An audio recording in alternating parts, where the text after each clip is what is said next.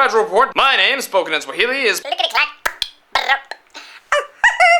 the last part was made by me squeezing my Bleeding Love 123 writes, Dear Danny, will you please do a video on why we poke people on Facebook? Question mark, question mark.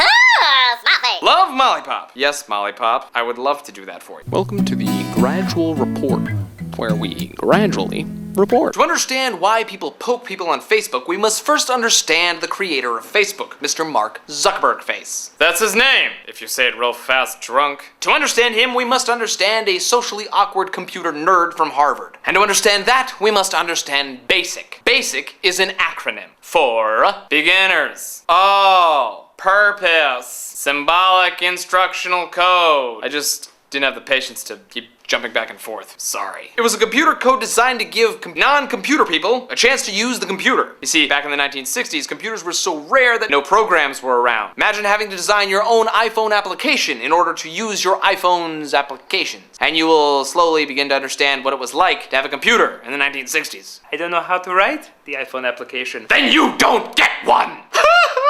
BASIC was the language that everybody wrote computer code in. The very first Microsoft program was called MBasic. I wonder what the M is for. Yes, it was called MBasic, and it was distributed by a skinny kid named Billy that nobody liked to play with. Now he gives medicine to people in Africa to make himself feel better about Windows Vista. What was that? Anyway, A poke in the coding language of BASIC is...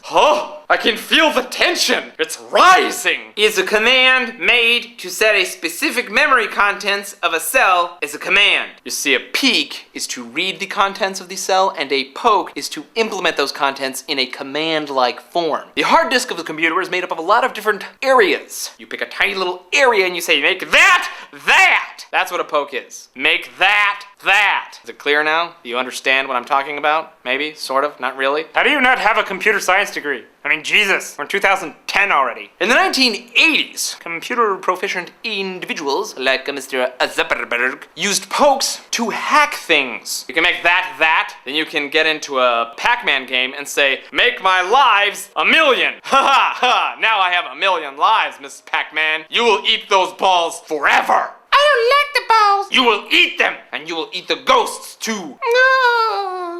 So that's the noise it used to make when it would...